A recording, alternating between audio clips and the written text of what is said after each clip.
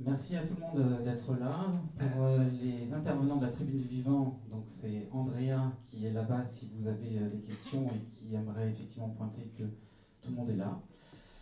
Merci. Moi, je suis en joie de vous voir aujourd'hui. C'est un plaisir incroyable, une satisfaction aussi. Une journée sous le signe de la joie, avec ce temps un peu chafouin aujourd'hui. On est là pour parler d'écologie, et l'écologie est une piste incroyable pour innover. Et la régénération est une piste en plus de la sobriété, la décroissance, l'adaptation. La définition que je donne à la régénération au sein de Nous sommes vivants, c'est les ressources essentielles aux vivants et la capacité, donner la capacité aux êtres vivants à atteindre leur plein potentiel. Et le troisième point, dans un territoire donné. Aujourd'hui, on va parler donc d'innovation.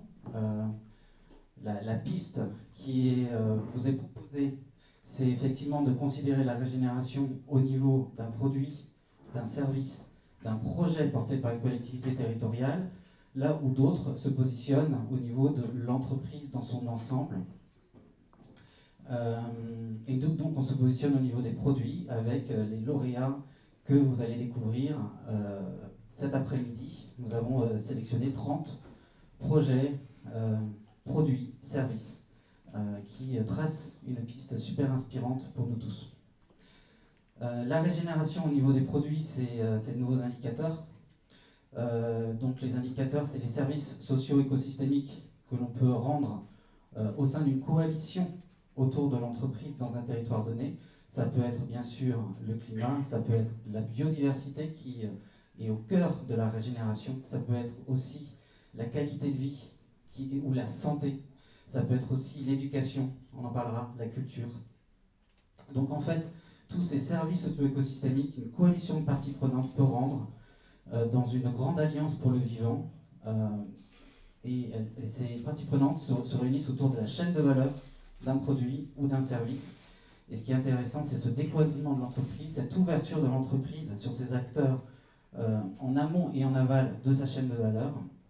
On parle aussi de temps long, parce que quand on parle de services socio-écosystémiques, quand on parle de biodiversité, quand on parle de climat, quand on parle de santé, on se positionne sur 5 ans, 10 ans. Et pour autant, puisqu'on parle d'activité économique, il faut aussi considérer le profit économique à court terme, 1 an, 2 ans, et le poids de l'investissement humain en termes de temps, en termes financiers que ça demande. Et c'est un enjeu sur lequel on pourra revenir, mais en tout cas, cette notion d'impliquer les parties prenantes de bout en bout de sa chaîne de valeur. On a commencé avec un pré-lancement la semaine dernière avec Wild Orchards, qui est donc certifié régénérative organique aux États-Unis. Donc on parle de produits qui peuvent afficher sur le front du paquet qu'ils ont des pratiques. Là, en l'occurrence, ce sont des pratiques agricoles, de culture du thé, et ces pratiques, on peut les afficher sur le produit. Donc on parle bien d'impliquer les parties prenantes de bout en bout. On ne pense pas d'un côté les agriculteurs, de l'autre côté les consommateurs. En termes de secteur d'activité, on est sur l'agriculture, mais plus largement, on est sur tous les secteurs d'activité qui dépendent directement de la nature. Directement, là, je pense à l'architecture, je pense au tourisme, et bien d'autres. Je crois qu'on a couvert à peu près 12 catégories, donc 12 secteurs d'activité. On a reçu des dossiers d'entreprises qui sont régénératives by design, donc des entreprises qui se sont construites sur un produit qui a été conçu en pensant à la régénération, aussi bien à la biodiversité, aux humains, depuis le début, et qui sont des fois allés jusqu'à créer une filière, ou constituer une filière agricole, que ce soit pour du lin, du chanvre. Mais on a aussi reçu des dossiers de structures de toute taille, et des grands groupes lancent des innovations. Voilà, certains grands groupes abandonnent certains produits qui sont jugés délétères et lancent parallèlement des produits ou des services qui peuvent être considérés là aussi régénératifs by design, mais au sein d'une structure avec tout le poids et l'historique de cette structure. On a vu en fait que la gouvernance est un élément clé de réussite de ces projets dans ces grandes structures, mais aussi pour les plus petites. En tout cas, je vous le dis tout de suite, les pratiques sont scalables, on peut avoir vraiment des effets d'échelle énormes. Wild Shard, ce thé, est vendu dans 250 points de vente aux États-Unis chez Whole Foods. Donc on est quand même sur des pratiques agricoles de type permaculture à grande échelle. La gouvernance, donc, un facteur clé de succès. Les intervenants de la tribune vont en parler.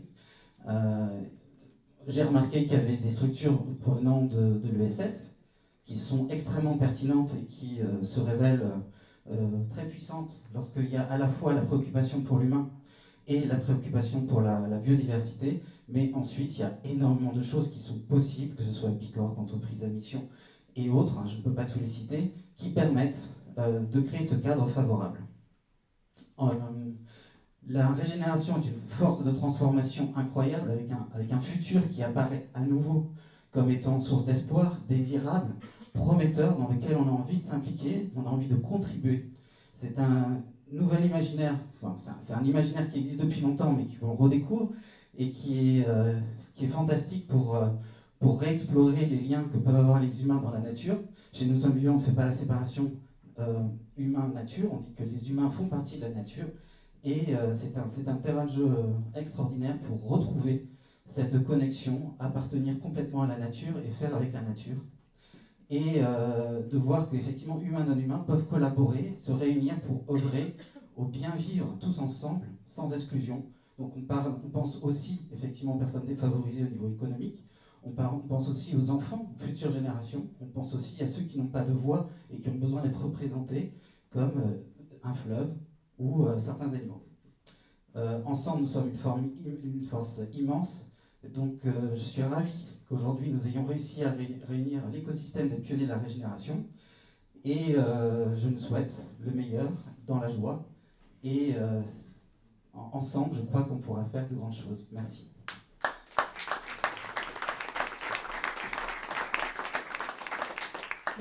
Merci beaucoup Jérémy pour cette belle introduction. Je vous propose de continuer cette belle tribune du vivant avec Jacques Igny, associé engagé Opération Milliard et cofondateur CUNACT, qui va nous parler de comment on traduit la régénération et comment on passe à l'acte. À vous. Quelle ambition. Bonjour à tous. Je suis très loin de l'expertise que Jérémy vient de témoigner. Je suis un repenti du monde d'avant, je vous le dis, parce que parfois j'ai des rechutes. Blague mise à part, c'est juste pour dire qu'en fait, ma conversion est récente, elle date d'une dizaine d'années à peu près. Je ne vais pas expliquer le pourquoi, mais ça m'a marqué. Donc ça a été un moment important. J'ai rencontré des gens qui disaient des choses que je ne comprenais pas. Et comme je suis un grand curieux, j'ai voulu savoir. Et en voulant savoir, j'ai découvert qu'il y avait des choses à faire. Donc, j'ai créé CUNACT il y a 5 ans maintenant. C'est une association de mentorat. On a décidé d'accompagner les entrepreneurs à impact en disant, voilà, on a tous des expériences multiples, diverses dans des entreprises ou dans des secteurs. On va les mettre au service de ceux qui ont le plus de mal à entreprendre. Ce sont les jeunes des quartiers prioritaires de la ville. Aujourd'hui, on est 120 mentors sur 6 territoires. On en a accompagné 689. On vise les 700 pour la rentrée. Tout ça pour dire qu'en fait, on arrive à trouver un rôle aussi sur des populations très spécifiques comme les quartiers prioritaires de la ville, où l'entrepreneuriat est une piste à la fois collective, communautaire, et où tout le monde a sa place. Donc on embarque plein d'entreprises qui nous aident aussi avec le collaborateur pour les aider. On a décidé que les mois qui viennent, on allait faire en sorte qu'une partie de ces entreprises deviennent des entreprises régénératives. Parce que finalement, la régénération, ce n'est pas simplement un modèle, entre guillemets, simpliste, c'est aussi tout simplement de rassembler des gens dans un territoire, de les aider à faire des choses ensemble. Et on a trouvé qu'il y avait un potentiel extrêmement important sur ce sujet-là. En parallèle, puisque j'avais encore des heures de disponibles la nuit, je me suis rendu compte que Team for the Place faisait des trucs absolument formidables, notamment sur comment on fédère le collectif. Je suis un furieux amateur de collectif, c'est-à-dire qu'en fait on a une telle capacité à faire bouger les lignes, que je me suis dit que c'était peut-être intéressant que j'y passe un peu de temps. Donc je suis associé de Team depuis 3 ans maintenant, et je travaille plus particulièrement justement sur la façon d'animer, sur la façon de recruter des membres, pour faire en sorte qu'on puisse avoir des collectifs puissants qui pèsent en fait dans l'évolution de notre société. Dernier idée, Bastien Siby, au mois de novembre, Bastien Siby que je ne présente pas dans l'univers de l'ESF, qui me dit on va lancer le milliard. Et le milliard, c'est juste de faire en sorte que les entreprises de l'ESF soient correctement financées par rapport aux enjeux qui sont les nôtres aujourd'hui. Alors je lui ai dit qu'il était fou, mais bon, comme il le savait déjà, finalement ça n'a pas porté à conséquence. Par contre, ce qu'il m'a dit, qui m'a interpellé, il m'a dit en fait il y a 6600 milliards d'euros d'épargne en France. On est quasiment champion du monde, champion d'Europe en tout cas. Ces 6600 milliards, aujourd'hui, 75% de la population ne sait pas ce qui est fait de l'argent qu'ils déposent dans les institutions et dans les banques. Ce qu'on va juste proposer, c'est à des épargnants citoyens de décider ce qu'ils veulent faire eux-mêmes en termes de financement sur des entreprises, sur des associations, sur des COP qui sont notamment près de chez eux. Donc de descendre à l'échelle du local l'utilisation de cette somme. Alors, il y a plein de choses dans les 6600 milliards. Mais on se dit finalement 1 milliard, c'est pas énorme sur ces 1600. Moi, je proposais de mettre le taquet à 50 millions pour au moins qu'on sache de quoi on parle. On va déjà commencer par le premier milliard. La bonne nouvelle, c'est qu'on a déjà des entreprises, des institutionnels, des banques, comme la NEF, comme la Banque Postale, comme le Crédit Mutuel, comme AIF, qui sont partie prenante, qui vont être partie prenante du projet, qui sont prêts à travailler avec nous dessus.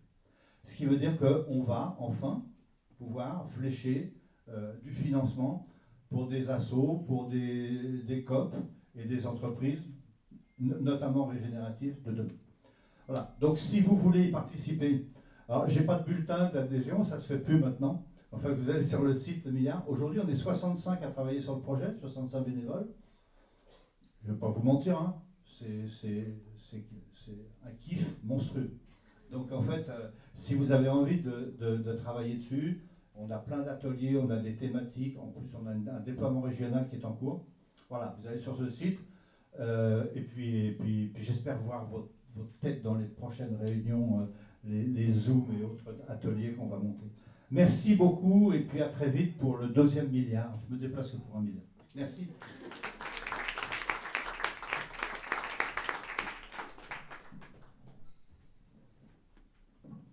Je ne sais pas quoi faire du micro.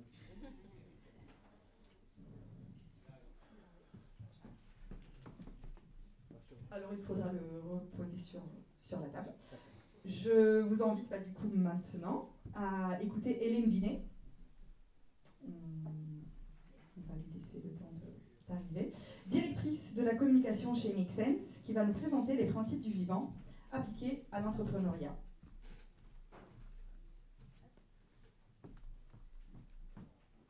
Moi, j'ai des petites slides.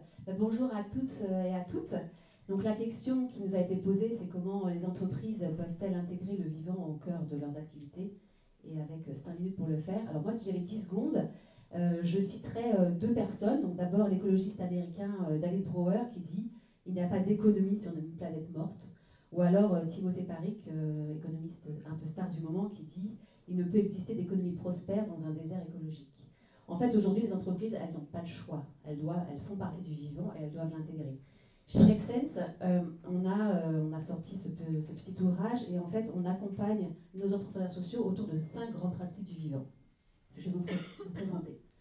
Alors, le premier, on a donc 5 rôles modèles. Le premier, c'est le castor. Le castor, qu'est-ce qu'il fait ? Il façonne la rivière, il érige des huttes, des digues, des barrages. Quand il est là, l'eau est abondante, la biodiversité s'enrichit, il y a plein d'espèces qui reviennent, des truites, des libellules. Et son rôle, c'est de diversifier les habitats et d'entretenir les zones humides. Le castor, il a une vraie raison d'être.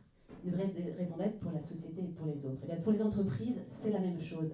Elles doivent définir une raison d'être, elles doivent définir leur utilité, clarifier le pourquoi de leur existence et expliciter le comment de leur contribution au collectif. Et entreprendre 100% vivant, c'est avoir une mission utile pour la société qui ne détruit pas la planète. Donc il y a plein de sociétés, d'entreprises qui le font via les sociétés à mission, et on va en parler tout à l'heure. Et si je peux vous donner un exemple de raison d'être qui résonne chez nous, c'est celle de Back Market, par exemple, qui dit « Donner à tous les humains le pouvoir de faire durer les machines par la circularité et la réparation ». Le deuxième rôle modèle, c'est la forêt. Dans une forêt, les arbres, les plantes, elles ajustent leur taille et leur développement en fonction des ressources disponibles, en fonction des uns et des autres, de l'ensoleillement. Et une forêt, elle ne croît pas à l'infini. Si vous allez dans les forêts primaires, elles ne font pas 800 mètres de haut. En fait, l'écosystème, il finit par s'ajuster. Et tout s'inscrit dans des cycles. Et bien donc, dans les entreprises, c'est la même chose. On va inviter les entrepreneurs que l'on accompagne à se fixer des limites, à envisager un développement qui respecte les principes du vivant, avec une croissance limitée, jusqu'à arriver à un équilibre. Et on va aussi les inviter à ne pas extraire à outrance les ressources, à ne pas produire à outrance des déchets. Et un exemple que je peux prendre d'une entreprise qu'on accompagne, qui est Toupie Organics, qui en fait est une entreprise française qui fabrique des biostimulants à partir d'urine humaine. Donc normalement, la ressource est abondante encore pour quelques années. Le troisième rôle modèle, c'est les bancs de bonites ou les bancs de poissons. Je ne sais pas si vous avez déjà vu, c'est comme les murmurations d'oiseaux.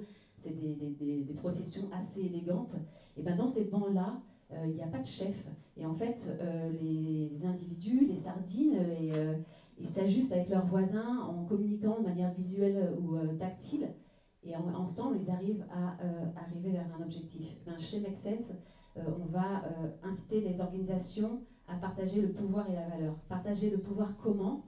Et ben, en adoptant des modes d'organisation décentralisée, en engageant les salariés dans la prise de décision, en impliquant les parties prenantes et le partage de la valeur qui est hyper important aussi, en fixant une échelle des salaires réduite, en ouvrant le capital aux salariés, en proposant des primes, des intéressements, en créant des fondations actionnaires. Un exemple qu'on aime bien, c'est celui de C'est qui le patron, qui a réussi en fait à fixer le prix de vente de ses produits avec les consommateurs et qui sont un prix juste pour les producteurs. Quatrième rôle modèle, c'est le jet.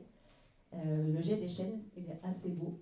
Et par ailleurs, c'est un oiseau sentinelle. En fait, quand il voit le danger dans la forêt, en fait, il crie hyper fort pour alerter tout le monde. Donc, pour le jet, la coopération, c'est complètement intrinsèque, c'est une évidence. Dans l'entreprise, on va nous aussi inciter les entreprises à travailler de manière coopérative, travailler en écosystème, d'avancer en collectif. L'idée, c'est de faire bouger les filières et de sortir de cette compétition. Un exemple qu'on aime, c'est celui de En mode climat, qui a été créé par Julia Ford de la société Loom, et qui a réussi à fédérer plus de 600 entreprises textiles pour faire pression sur les règles de la fast fashion, et ça marche. Donc c'est ça qu'on va encourager. Enfin, le dernier rôle modèle, c'est un petit carré de terre fertile. Si vous êtes dans la forêt, vous grattez le sol, une forêt qui est bien riche, vous allez voir voir ou ne pas voir, mais si vous mettez un microscope, en tout cas, vous allez voir plein de micro-organismes qui sont extrêmement diversifiés et dont chacun a un rôle à jouer. Dans l'entreprise, c'est pareil. On veut vraiment favoriser la diversité et c'est pas une mince affaire parce qu'on a tous nos biais de recrutement, nos biais de fonctionnement. Et donc, nous, on va pousser les entreprises à accueillir une diversité de genre, d'âge, de religion, de race, de handicap, de niveau d'études. Et pour ça, on peut saluer le travail que fait Each One, par exemple, qui permet le retour à l'emploi de personnes réfugiées et aux entreprises de s'enrichir de cette diversité. J'ai commencé par une citation, je viens d'en terminer par une autre, et donc par Jane Goodall, dont certains vont parler plus tard, qui dit « Vous ne pouvez pas passer une seule journée sans avoir un impact sur le monde qui vous entoure. Ce que vous faites fait une différence, et vous devez décider quel type de différence vous voulez faire. » Chiche. Merci. Merci beaucoup. Merci beaucoup, Hélène. Alors, notre prochain intervenant, c'est Guillaume Desnaux, coprésident de la communauté des entreprises à mission. Il va nous parler du lien entre la régénération et les entreprises à mission. Bonjour à tous, merci pour l'invitation, Jérémy. Effectivement, moi, ce qui me frappe quand on parlait beaucoup d'impact, maintenant on parle de régénération. Finalement, l'impact, on disait parfois produire de l'impact, on dit produire de l'impact. La régénération, on ne peut pas produire de régénération. Je pense qu'on sort d'une matrice qui est très limitante chez nous, qui est la vision input-output. La régénération, ça ne marche pas comme ça. Et en fait, on ne peut pas régénérer quoi que ce soit sans se régénérer soi-même. Et donc, ce qui a été très bien présenté d'ailleurs par Hélène, ça fait lien. Je pense qu'aujourd'hui, être régénératif, c'est d'abord se régénérer, donc soi-même évidemment, mais aussi l'organisation qu'on utilise, que ce soit une association, une structure de l'ESS, une entreprise ou une entreprise justement à mission. Et donc moi, ce que j'observe, c'est que les organisations qui cherchent à produire, à être régénératives, d'abord sont sur un processus sur elles-mêmes, donc elles sont beaucoup sur le pourquoi et le comment, avant d'être sur le quoi et le combien. Donc si on se dit, je vais être sur le pourquoi et le comment, on creuse plein de dimensions différentes. Et donc, dans celle-là, il y a la culture d'entreprise, il y a plein d'éléments qu'Hélène a présentés. Mais à un moment donné, le cadre juridique, le cadre de gouvernance de l'entreprise est forcément une question. Tout simplement parce qu'aujourd'hui, il me semble que, sauf quand on devient peut-être société à mission, mais la société à mission a été créée pour répondre à un paradoxe, c'est qu'on cherche tous à produire de l'innovation, en plus vertueuse ici. Parfois, on peut se demander quel type d'innovation, mais finalement, on utilise des cadres qui datent du 19e siècle. Donc aujourd'hui, un juriste du 19e siècle, il comprendrait pas du tout le monde dans lequel on vit, il ne comprendrait pas les innovations qu'on met en œuvre, mais il comprendrait comment fonctionne n'importe quelle entreprise aujourd'hui, parce que les règles n'ont pas changé. Un comptable italien du 15e siècle ne comprendrait rien au monde d'aujourd'hui, mais il comprendrait le bilan de l'entreprise. Il y a une espèce de paradoxe à vouloir innover sans innover sur la coquille. Et donc, moi, pourquoi la loi Pacte en 2019 a créé le cadre de la société à mission? C'est pour tout simplement permettre une mise à jour du cadre juridique de l'entreprise, qui est en cours. C'est un chemin, c'est pas la société à mission, c'est pas un truc qui d'un seul coup résout tous les problèmes. Mais l'idée, c'est de mettre un jour et de faire en sorte que le cadre juridique permette aux entreprises et aux dirigeants, dirigeantes et à leurs salariés de se mettre au service de l'ensemble de leurs parties prenantes. Donc, la société à mission, je le rappelle, parce que parfois on croit savoir ce que c'est, et finalement, dans le détail, c'est pas si clair. C'est une raison d'être dans les statuts, c'est des objectifs sociaux et environnementaux dans les statuts. C'est un comité de mission qui représente les parties prenantes qui veillent à ce que ces objectifs soient atteints. Et puis c'est un organisme tiers indépendant qui est un peu l'équivalent d'un commissaire aux comptes, mais pour la performance extra-financière.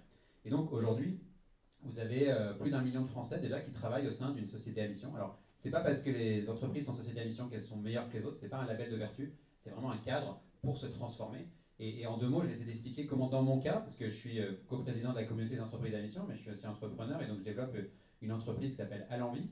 Je vais essayer d'expliquer en quoi ça nous aide à justement avoir des visées régénératives. À l'Envie, au départ, c'est une structure d'aide à domicile aux personnes âgées.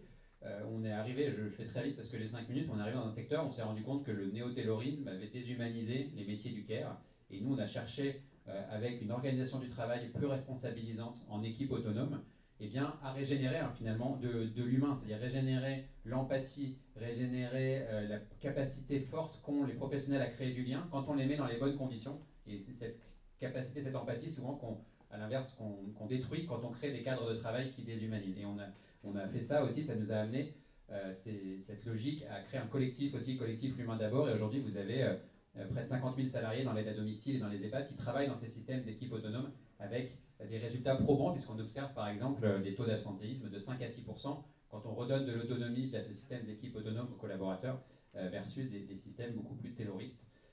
Et donc ça, c'était dans le service, et on s'est rendu compte à un moment qu'il y avait un besoin aussi de développer des alternatives à l'EHPAD. Ça peut paraître évident à beaucoup compte tenu de ce qui s'est passé. Et donc on s'est mis à développer des habitats partagés pour des personnes âgées qui ont des troubles cognitifs. Et c'est là où le fait d'être société à mission, d'avoir dans nos statuts des engagements qui disent qu'en fait on est là pour améliorer en continu les conditions de travail des salariés, qu'on est là pour cultiver la sobriété, ça fait qu'on se dit il faut créer des solutions nouvelles, alternatives à l'EHPAD, à des petites unités pour accompagner, faire des lieux de vie pour des personnes âgées en perte d'autonomie qui ont la maladie d'Alzheimer, mais pas à n'importe quel prix. C'est-à-dire qu'il faut répondre à la transition démographique, mais il faut en même temps que la réponse soit également une réponse à la transition sociale et environnementale. Donc on crée des lieux où le cadre de travail des auxiliaires de vie est mieux disant par rapport à ce qu'ils pourraient avoir dans un EHPAD ou à domicile. Et aussi, on crée aussi des lieux en réhabilitant du bâti existant au sein de villes pour éviter d'avoir un impact trop négatif avec l'artificialisation des sols, le coût de la construction. Donc c'est la société à mission, ce que j'essaye d'illustrer là, c'est vraiment un cadre pour avoir des visées régénératives et surtout aligner, parce que derrière, c'est aussi des investisseurs à impact qu'on arrive à aligner sur ces objectifs, parce que quand ils rentrent, quand ils investissent en capital dans l'entreprise, ils s'accordent avec ce qui est marqué dans les statuts. Donc votre cadre finalement d'action, votre stratégie régénératrice, elle peut être orchestrée par ce cadre de la société à mission. Et évidemment, en complément de plein d'autres approches, c'est pas du tout être régénératif, c'est pas dire j'ai une solution, les autres ne servent à rien, c'est au contraire avoir la complémentarité entre toutes les solutions. Donc Bicorp et les autres sont éminemment complémentaires. Merci beaucoup.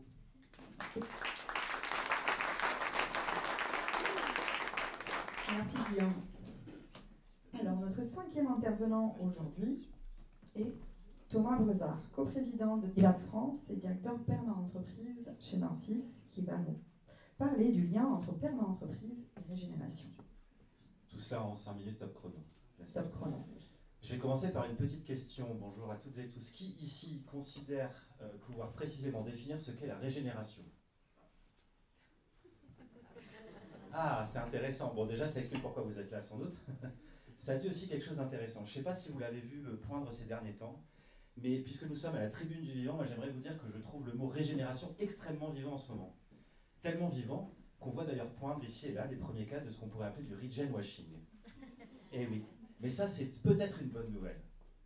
Pourquoi? Parce que ça va permettre de mettre le mot sur le devant de la scène, alors qu'aujourd'hui concrètement, ce mot parle très très très peu de gens. C'est un terme très technique finalement. Issu du monde agricole, on est en plein Paris, tant dire qu'on n'est pas le mieux placé pour en parler théoriquement. Mais c'est une bonne nouvelle parce que ça va nous permettre de créer des espaces pour mieux le faire connaître, pour faire de la pédagogie autour. Et je dis ça pour en profiter et remercier l'équipe Nous sommes vivants, Jérémy en premier, d'organiser cet événement, de créer des outils qui permettent à tout un chacun de s'approprier de la meilleure façon possible l'exceptionnel potentiel de ce mot. Parce que derrière la régénération, moi je vous propose une façon très simple de le définir, c'est de sortir d'une ère où on pense la réduction des impacts négatifs, faire moins mal, à créer des impacts positifs, apporter des services écosystémiques par exemple aux écosystèmes humains et non humains. C'est ça la régénération. Et ce potentiel est tellement formidable que l'entreprise que je représente, c'est une entreprise familiale d'informatique de 750 salariés environ, a été jusqu'à créer un nouveau modèle de développement de sa propre entreprise inspiré de la permaculture. Une entreprise d'informatique qui s'inspire du milieu agricole pour se réinventer. C'est quand même très improbable. Mais c'est parce que le potentiel est formidable. Et c'est tellement formidable que nous avons essayé, exploré, expérimenté, développé une nouvelle stratégie de notre propre entreprise, qu'on a donc appelée la perma-entreprise, et que ça a provoqué des choses formidables. Je vous donne deux petits exemples pour être le plus concret possible. Le premier, nous sommes une société de services, notre première ressource, elle est humaine. Il y avait des sujets sur lesquels on se frottait parfois à des plafonds de verre dans la façon de considérer les politiques de relations de ressources humaines, le rapport à nos clients, etc. Et grâce à la pensée régénérative, cesser de penser comment on va réduire la fatigue, l'absentéisme, le turnover, etc., on a plutôt pensé comme un écosystème global, en se disant nos salariés, ils ont une vie dans les bureaux, mais aussi chez eux, et on a un rôle dans nos bureaux et aussi chez eux. Donc on va repenser la façon de designer, de réinventer nos politiques salariales pour faire en sorte qu'on ait une responsabilité plus élargie et que nos salariés soient plus épanouis dans le pro comme dans le perso. Un autre exemple qui là est beaucoup plus éloigné de ce que l'on fait, c'est que depuis un certain nombre d'années, comme beaucoup d'autres entreprises, notamment dans le cadre de la stratégie climat, on finançait ce qu'on appelle des puits de carbone. Dit plus simplement, on plantait des arbres. Enfin, on faisait planter des arbres, et souvent très loin d'ici. Alors on s'est beaucoup chahuté sur ce truc-là, parce qu'en plus il y a eu pas mal de cas qui ont montré que ça pouvait être très incertain comme technique. Et on a exploré de nouveaux territoires, de nouveaux champs possibles, notamment pour investir. Et depuis, bien, on finance des startups qui développent des solutions biosourcées pour régénérer les sols dans le milieu agricole. Là encore, on a été nouer des partenariats avec des acteurs qui sont dans des domaines extrêmement différents du nôtre. Voilà pour deux petits exemples très concrets. Il me reste 2 minutes. Je pourrais vous donner beaucoup d'autres exemples. Ce que je voudrais surtout vous dire, c'est que, riche de tout ça, on s'est dit, faisons-en un commun, faisons-en un organisme vivant. Et l'infographie que vous voyez là, en fait, elle est dans un livre éponyme, La Perma-entreprise, un modèle viable pour un futur vivable, inspiré de la permaculture, qu'on a pensé comme un commun, puisque dedans nous avons mis à la fois toute la réflexion idéologique autour de l'inspiration de la permaculture pour en faire la perma-entreprise, mais dans lequel on a été jusqu'à mettre une méthode. J'ai donc une bonne nouvelle pour vous, c'est que si tout ça vous parle, dès ce soir, dès demain, vous pouvez aller vous l'approprier et l'utiliser dans votre propre écosystème, pro comme perso. Des outils pour repenser la stratégie des entreprises, pour coopérer avec les équipes et en dehors de l'entreprise, les parties prenantes au sens large, pour penser des nouvelles stratégies d'entreprise à visée régénérative. Alors Guillaume, tu citais Bicorp, je vais quand même dire un petit mot aussi parce que j'ai la joie d'être fortement impliqué dans le mouvement en France aujourd'hui et vous dire surtout qu'il y a un autre outil qui lui aussi est un commun que vous pouvez aller vous approprier. C'est la deuxième bonne nouvelle que j'ai pour vous. On appelle ça les modèles d'affaires à impact. Dans la labellisation Bicorp, il y en a 23. Et sur les 23, il y en a certains qui sont extrêmement liés à la restauration de la biodiversité et des écosystèmes vivants. Je vous en parle parce qu'il existe donc des études que vous pouvez aller consulter. Si vous tapez modèle d'affaires à impact sur les internets, vous trouverez facilement d'autres exemples, d'autres entreprises que la nôtre qui s'inspirent du vivant et qui essaient par leur modèle d'affaires, par leur business, de travailler à la restauration de la biodiversité. On n'est donc plus du tout dans la logique de réduire les impacts négatifs en continuant à faire comme d'habitude. On est bien dans la réinvention des modèles, y compris par le business. Et ça, c'est un lien fort qu'on peut avoir aussi avec les sociétés à mission. C'est qu'on n'est plus sur un à côté, on est au cœur de la stratégie des entreprises. Parce que qu'on le veuille ou non, ce qui drive 99,9% des décisions dans les boîtes, ça reste le business et la viabilité économique. J'ai tout dit, on me fait signe que c'est terminé. Merci beaucoup.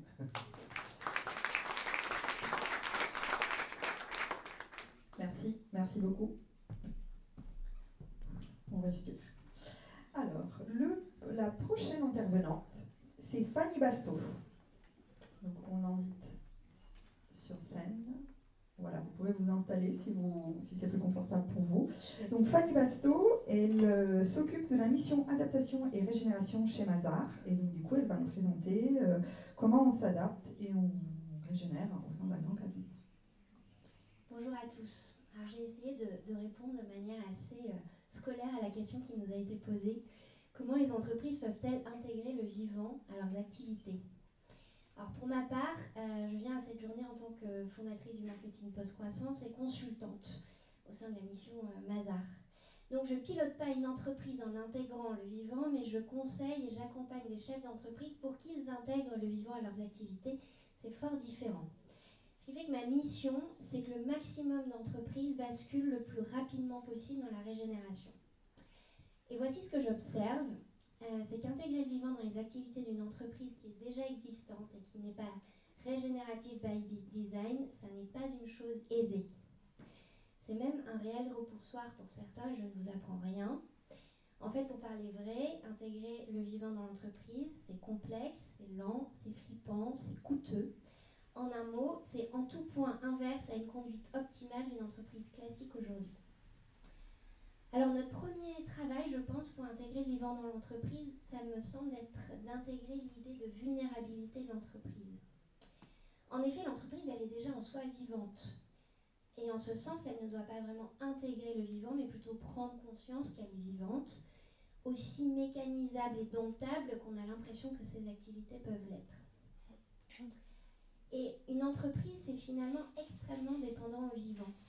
Et aujourd'hui et dans les années à venir, la question que nous on pose souvent, c'est quelle entreprise peut se prévaloir de conserver un accès facile et peu coûteux à ses ressources et ses matières premières ?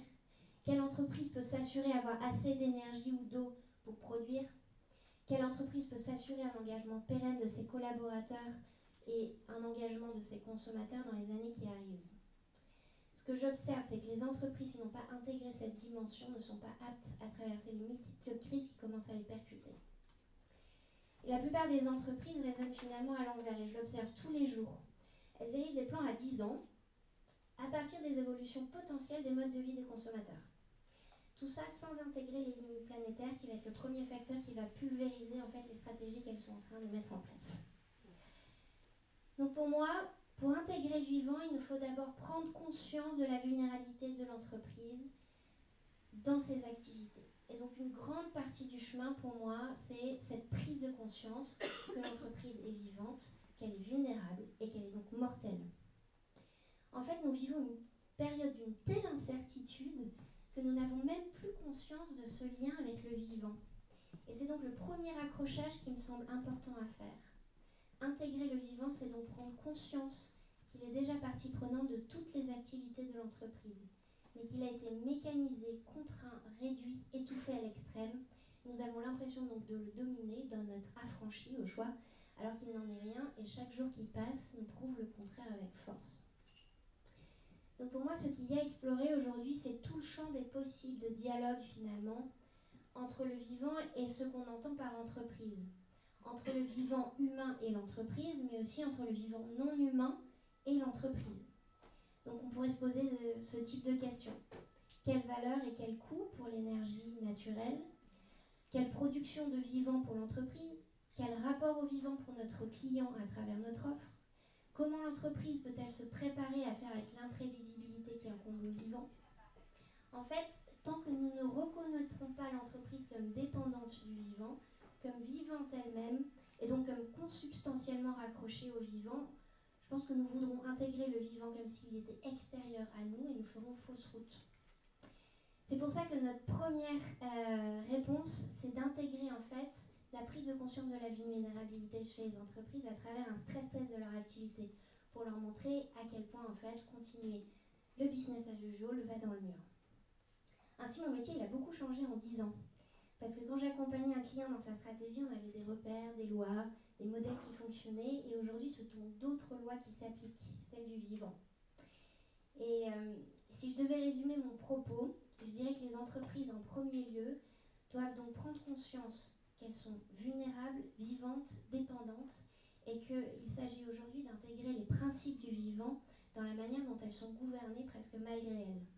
Ça veut dire que les nouveaux mots de stratégie aujourd'hui, c'est déchets comme ressources, systémie, coopération, symbiose, diversité, non-surexploitation, information, addition, adaptabilité, cycle, autant de nouveaux mots qui viennent percuter toutes nos stratégies d'entreprise. Alors aujourd'hui, je fais le vœu que nombre de chefs d'entreprise et de collaborateurs trouvent cette vision de l'entreprise beaucoup plus désirable que celle qui régit aujourd'hui les lois du non-vivant telles que croissance infinie, ressources illimitées ou burn-out. Merci.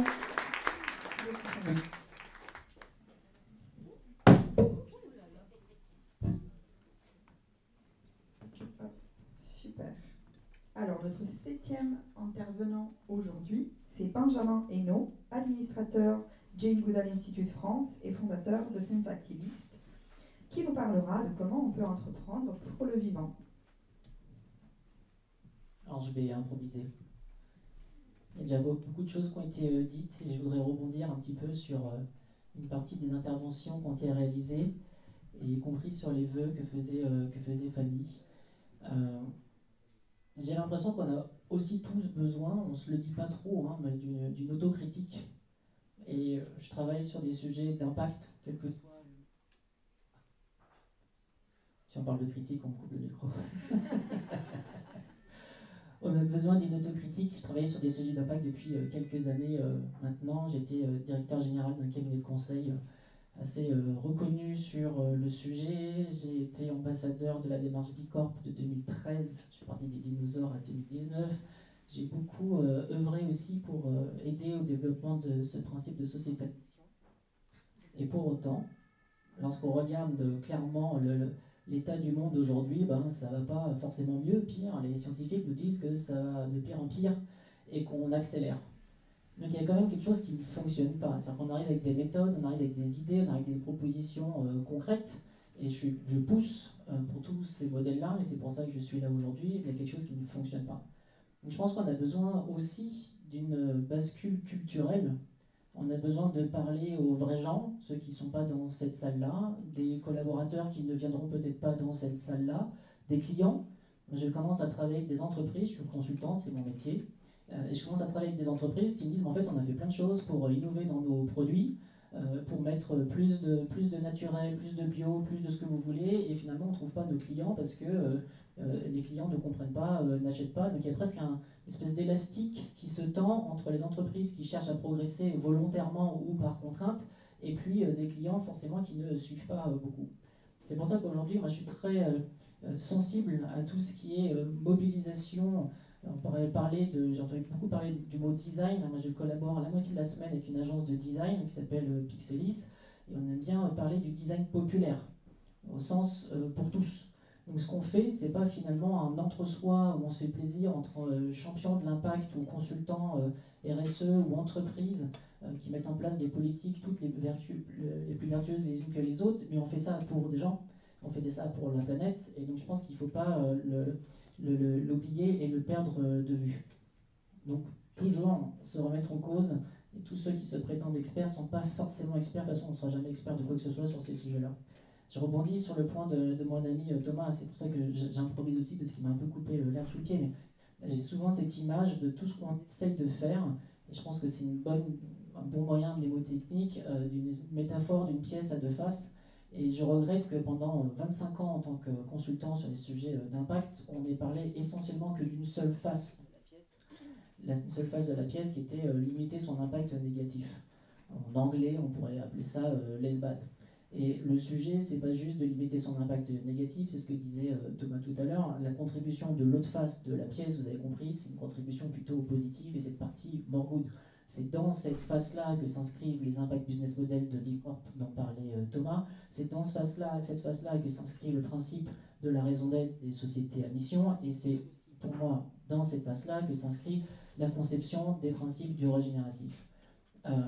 Je regrette qu'on ait du mission washing, qu'on ait du bicorp washing, qu'on ait du régénératif washing, et je pense pas que ça soit à dessein et volontairement une espèce de général russe qui montre que l'entreprise a coché toutes les cases qui vont bien et qui sont modernes et contemporaines. C'est vrai que le mot régénératif est assez à la mode en ce moment. Je pense que c'est un problème de prise de hauteur stratégique et de réflexion. Je pense qu'il y a une paupérisation intellectuelle sur nos sujets et il faut être assez vigilant. Lorsque j'entends quelqu'un qui me dit « je veux faire mon bilan carbone pour gagner des points dans Bicorp », je me dis « ah oui, en fait, c'est un problème, tu n'as pas compris l'intérêt du bilan carbone ». Et si cette personne-là est une agence de service qui n'a pas d'usine, pas de site, pas de flotte automobile, je pourrais lui dire « mais en fait, est-ce que ton sujet, c'est vraiment un sujet carbone? Est-ce que ton sujet, c'est pas plutôt un sujet RH? Comment tu traites tes collaborateurs ?» Donc à chaque fois, arriver à se remettre en considération, et c'est pour ça que ce qui est en train d'être un peu une espèce d'avènement renouveau sur des sujets de double matérialité, ô combien complexes, on peut les faire de manière très très scolaire et on peut les prendre de manière assez stratégique. Je pense que c'est un exercice complètement stratégique et il faut arriver à pousser ces sujets pour les entreprises. Je vous parlais de design et de Pixelis. On pousse sur ces sujets culturels des initiatives de design thinking, des initiatives, j'ai apporté quelques cartes, mais un peu à l'image de ce que vous avez dans les fresques, pour pousser ce sujet du vivant dans les entreprises. On a co-développé ça avec l'Institut des futurs souhaitables, Tariq Tchekchak, entre autres, à la manœuvre. J'espère que vous connaissez cette personne incroyable. Et puis Comuna, qui est en charge d'agir pour le vivant à Arles. Donc voilà, ce sont des outils qui cherchent à faire cette bascule culturelle. Je pense qu'on a avant tout besoin de ça dans les entreprises aujourd'hui et de sens critique. C'est beaucoup. Merci. Merci beaucoup. Alors, notre 8e intervenant, désolé, c'est Guillaume Capel, alors je l'affiche à l'écran, fondateur de Singa et investisseur à impact, qui nous parlera de CEC, de fabrique culturelle, de migration et de tout ce qu'il voudra en 5 minutes. C'est pas mal, tout ce qu'on veut. Depuis que je suis investisseur, je mets une veste. Comment intégrer le vivant au cœur de l'entreprise? Intégration et entreprise, je crois que c'est à peu près les deux mots que j'ai adoptés le plus ces 10 dernières années. En 2012, alors je peux avancer avec ça ou pas? Alors je veux bien qu'on passe à la suivante. En 2012, j'ai créé une organisation avec des amis qui s'appelle Singa, qui est une ONG internationale pour l'intégration des réfugiés via l'entrepreneuriat.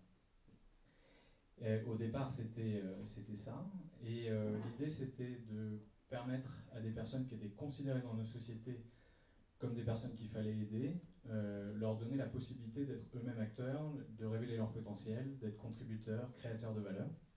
Et donc je pense que c'était un peu déjà régénératif dans l'idée. Ça a permis cette idée-là de rassembler et de changer les sentiments de plus de 80 000 citoyens dans 19 villes en Europe et au Canada. Et ça a accompagné 2000 entrepreneurs, des entrepreneurs qui étaient réfugiés, qui étaient immigrés, ou des entrepreneurs européens qui voulaient changer la donne sur le sujet de l'inclusion. On peut passer à la slide suivante. Donc ça, c'était en 2012. En 2016, à force de rassembler des gens autour de ce sujet d'intégration et de création d'entreprises, on a créé des innovations, et la première d'entre elles, elle s'appelle J'accueille, qui était une plateforme d'accueil des enfants, des hommes et des femmes, chez l'habitant, ces hommes et femmes réfugiés, et qui a permis à plus de 1000 donc enfants, femmes et hommes d'être accueillis pendant 1 an au minimum. Donc ça a permis 365 000 soirées, un peu différentes de celles qu'on avait l'habitude de vivre.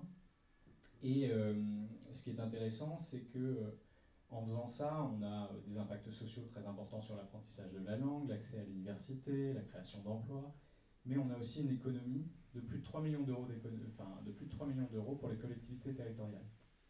Donc on a des coûts évités et on peut réutiliser cet argent pour faire de la régénération ailleurs. Je veux bien la slide suivante. En 2023, donc l'année dernière, j'avais envie d'aller encore un cran plus loin. Après Singa, après J'accueille, lancer un fonds d'investissement de 80 millions d'euros pour l'intégration des nouveaux arrivants à l'échelle européenne. Ça veut dire investir 80 millions d'euros sur plus de cohésion sociale, sur l'accès au marché du travail, pour toutes ces personnes qui arrivent sur notre territoire avec de l'expérience, des compétences et qui peuvent contribuer aussi à la régénération de nos économies. Donc vous l'avez compris, pour moi, en fait, la régénération, c'est surtout créer de la rencontre entre des personnes qui appartiennent à des cultures différentes. Ça peut être tout simplement les gens du service marketing et du service comptable, les fans du PSG et de l'OM, des gens qui ont une nationalité syrienne et une nationalité française, des musulmans et des juifs, mais l'idée c'est toujours de trouver un langage commun, un lien, un espace qui va nous permettre d'avoir des interactions positives. Après la Convention des entreprises pour le climat qu'on a faite en 2022, on a eu la chance avec David Robert de faire partie de la première CEC. On a quand même eu un doute sur ce qu'on faisait, à savoir, est-ce qu'on assure réellement de la neutralité carbone en faisant de l'intégration, et encore pire, est-ce qu'on est réellement régénératif des écosystèmes quand on fait ce qu'on fait? Parce que oui, la migration long terme, la migration forcée, elle génère moins d'empreinte carbone que le tourisme ou que les voyages d'affaires, puisque les gens restent plus longtemps. Oui, les personnes qui sont incluses dans nos sociétés européennes sont les plus grands contributeurs, plus qu'une minute, contributeurs aussi au développement international, puisqu'ils renvoient 600 milliards chaque année, ce qui est plus que n'importe quelle organisation de développement à l'international. Mais pour autant, est-ce qu'ils préservent l'océan, la biodiversité, et est-ce qu'ils font baisser la température? Pas forcément. Donc du coup, on a beaucoup réfléchi et on a fait 3 choses. La première, c'est que on s'est dit que franchement, faut pas déconner. On était déjà pas mal. La deuxième, c'est que notre premier enjeu, comme on forme 2000 entreprises et que c'est pas garanti que quand on inclut des entrepreneurs qui n'avaient pas l'opportunité de créer une entreprise, ils ne créent pas des trucs qui détruisent la planète, il fallait qu'on les forme. Et donc du coup, on a fait la formation de nos salariés, la formation du coup par ricochet des entrepreneurs au sujet de transition écologique et de régénération, pour qu'il y ait maintenant des boîtes qui sortent et qui soient conscientes de ces enjeux-là. Et puis la troisième, c'était la gestion de nos lieux. Et donc du coup, comment on s'assure que nos espaces soient le plus régénératifs possible. Et là, on a eu une super opportunité, mais j'aurais pas le temps de vous en parler. C'est qu'on a eu l'opportunité de lancer un lieu avec Artifarty, avec Make Sense, avec Arte et Actes Sud, qui est la fabrique de l'époque, à la Gaîté Lyrique, donc 9000 m² qu'on va essayer de rendre régénératif. Et si vous souhaitez, je pourrais vous expliquer comment on tente d'aller sur ce chemin de la régénération d'un espace.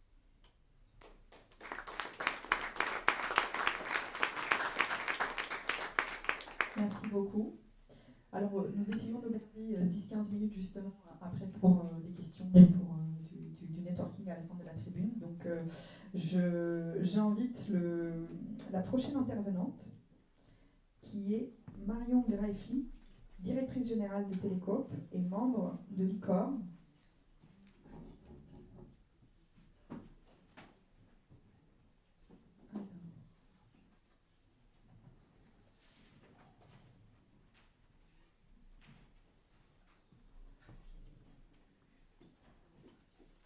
Du coup, à vous Marion, pour nous parler de coopération collective et régénération.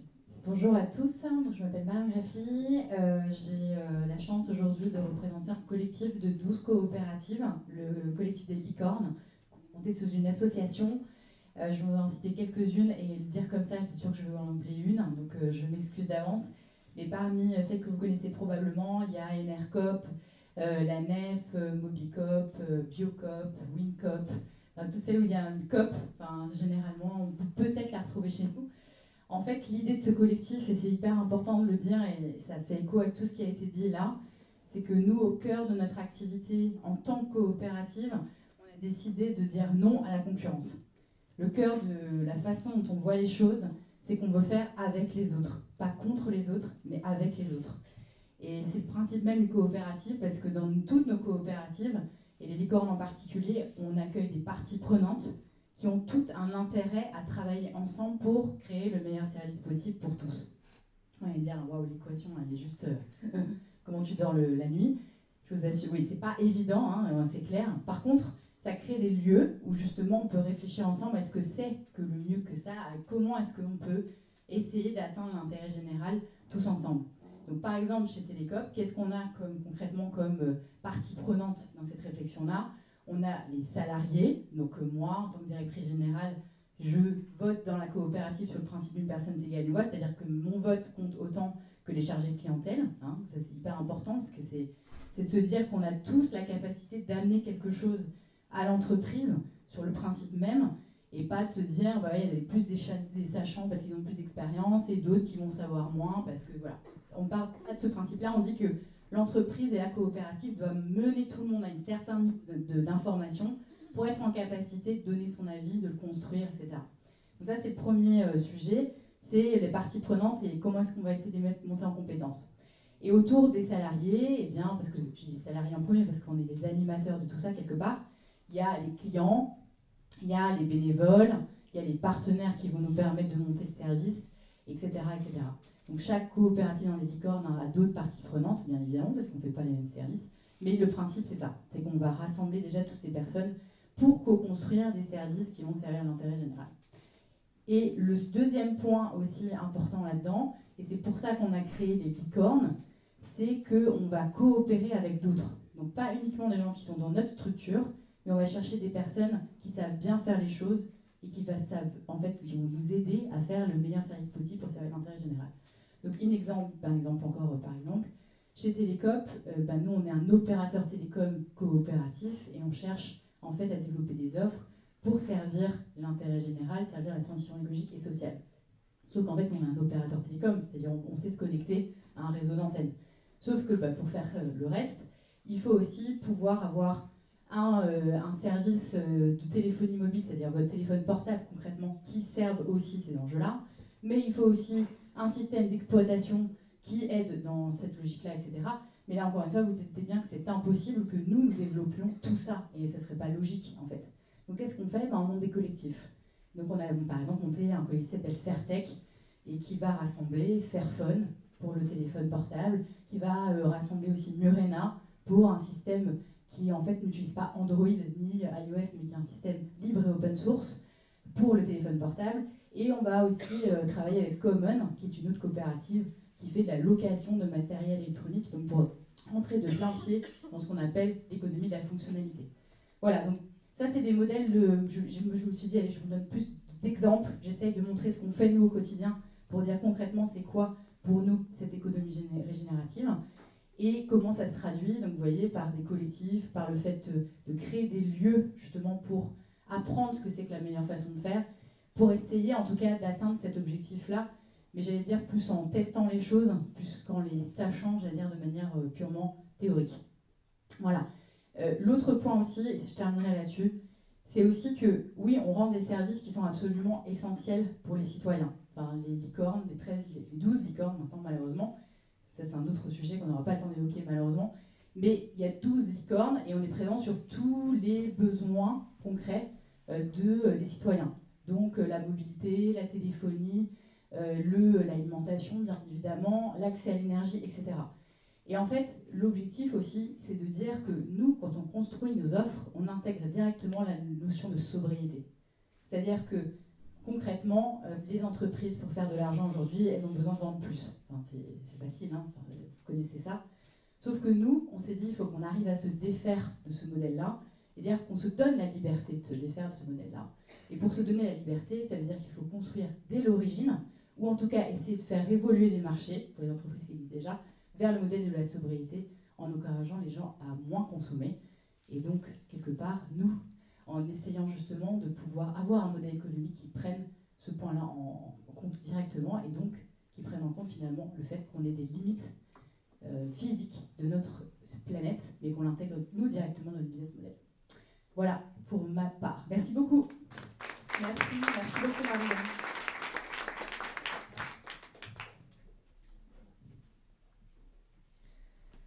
Alors on poursuit. 10e intervenant aujourd'hui lors de cette tribune du vivant. Thomas Busutil, vice-président Fashion Green Hub France et cofondateur de C3D. Alors je l'invite du coup à nous éclairer sur comment faire le switch du business as usual vers la régénération. Oui, parce qu'avant de vous parler en 5 minutes, c'est trop compliqué de parler des changements, des shifts de business model. Et avant de parler de shift de business model, il faut, je pense, parler de la posture mentale, d'accord, avec laquelle on va penser à la régénération et qu'est-ce que ça change. Alors pour essayer de le dire simplement, j'ai essayé de le faire en 2 temps, mais ça va reprendre pas mal de choses qui ont déjà été abordées, de faire sans et faire avec.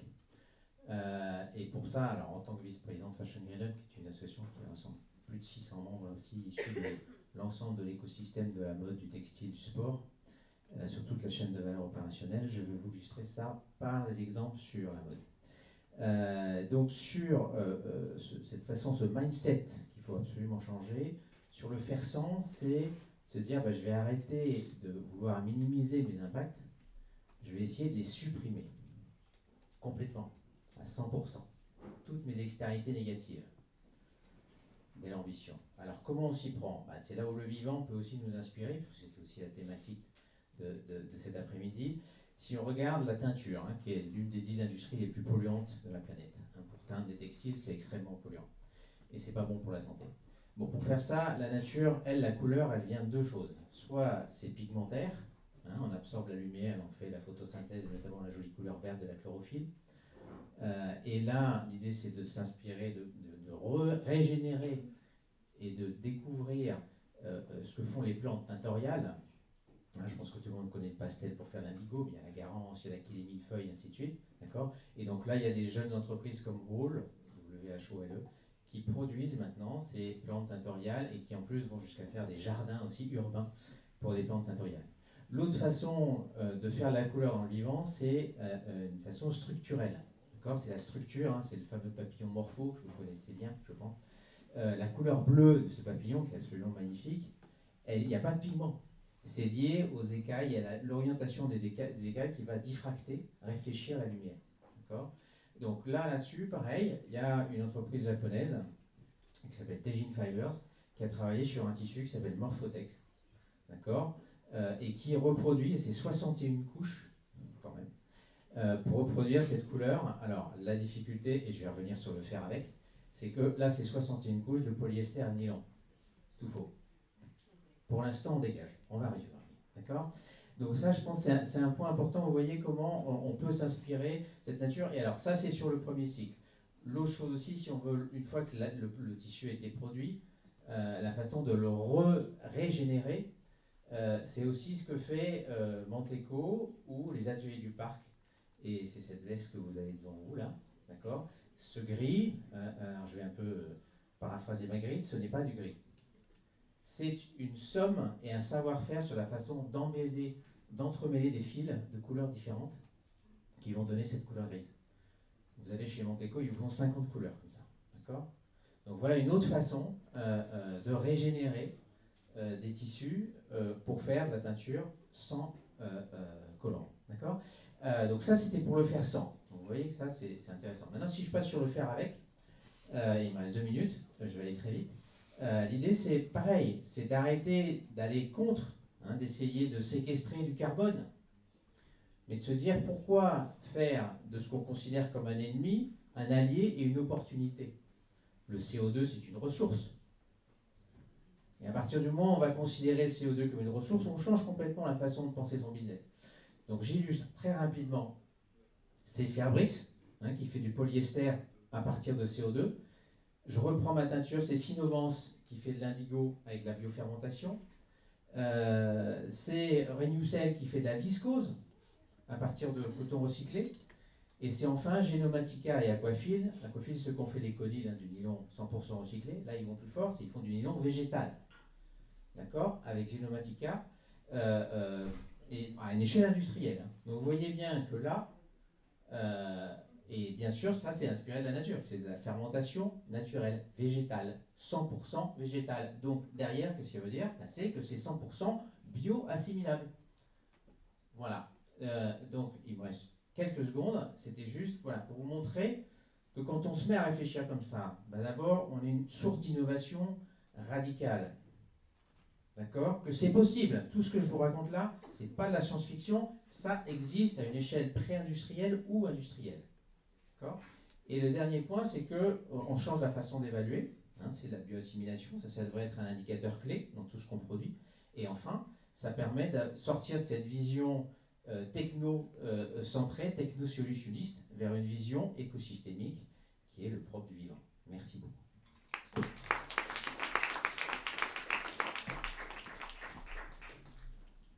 Merci beaucoup, Thomas.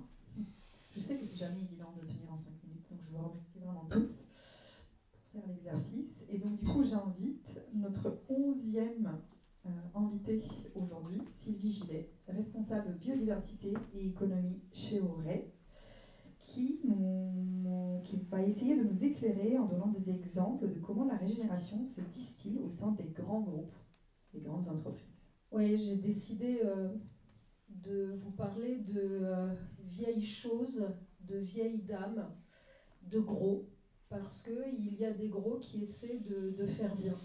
Vieille dame parce que j'ai 58 ans, j'ai pas trop à faire d'autocritique, parce que j'ai toujours été assez rebelle.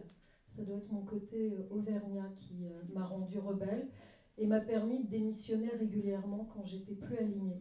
Je voudrais juste vous rappeler qu'il y a une vieille dame de l'environnement, il y en a plusieurs, c'est des réseaux multi-acteurs qui, dès 1992, se créaient pour réunir différents types d'entreprises de toute taille, de tout secteur, leurs parties prenantes, des collectivités, parce que le sommet de la Terre avait ébranlé un certain nombre de personnes et les entreprises voulaient savoir comment elles pouvaient faire partie des solutions.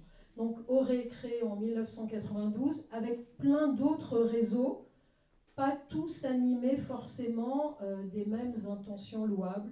Il y avait de la volonté aussi de faire du lobby et d'éviter des réglementations. Donc voilà, Auray, Organisation pour le respect de l'environnement par l'économie, 3 priorités et j'y travaille depuis 2 ans. Juste slide suivante, merci. Donc là, je tenais à vous rappeler aussi que ça fait 15 ans que Auray travaille sur biodiversité et économie. C'est pas pour la ramener, mais il y a des anciens et il faut relire les anciens textes, témoignages, rapports. Il faut rendre hommage à des gens comme Jacques Weber, Sylvie Bénard, qui, les premiers, ont organisé des rencontres entre scientifiques et acteurs économiques pour peu à peu faire germer ces graines qu'on est en train tous de recueillir et de semer. Et je voulais vous rappeler que de toute façon, comme vous le disiez chacun si bien, on ne fait rien tout seul, on a besoin de coopérer, on a besoin d'alliés, on a besoin de complices, parce que les lobbies et les pouvoirs publics sont tellement instables qu'il faut trouver des alliances fertiles. Et moi, j'en ai trouvé un certain nombre et je voulais vous les partager. Non, juste avant cette slide, c'est Business for Nature. Alors, le terme peut faire très peur, mais c'est une coalition qu'on a créée il y a quelques années avec le WWF, la UCN. C'est une échelle internationale et je vous assure qu'on se serre les coudes et on essaie vraiment d'élaborer du plaidoyer positif. Là à côté c'est Science, le rond que j'ai mal reproduit, c'est Science Based Target for Nature. Je vous en parlerai si vous voulez devant le café. L'OFB, l'Office français de la biodiversité, il y a des gens super. Le CNB, on arrive à mettre un sacré bazar au sein du CNB, les ONG, les réseaux, même si on se fait avoir régulièrement, comme la suspension du plan Éco-Phyto. Et là, je voulais vous raconter quelque chose. On est le point focal français de la Convention sur la diversité biologique depuis 2013. Et à ce titre, on va lancer en novembre, à l'occasion de la COP16, où j'aurai la malchance d'aller, parce que c'est à Cali en Colombie, j'ai pas forcément envie de cramer du kérosène, mais on lancera une nouvelle plateforme entreprise et biodiversité, parce qu'on veut tout mettre en open source. Toutes les métriques, toutes les initiatives, pour que les entreprises arrêtent de nature washer et vraiment aient des plans de réduction, de transition, de réduction des pressions sur la biodiversité. Et alors, je voulais vous parler de 2 vieilles dames qui ont tenté d'intégrer le vivant au sein de leurs activités.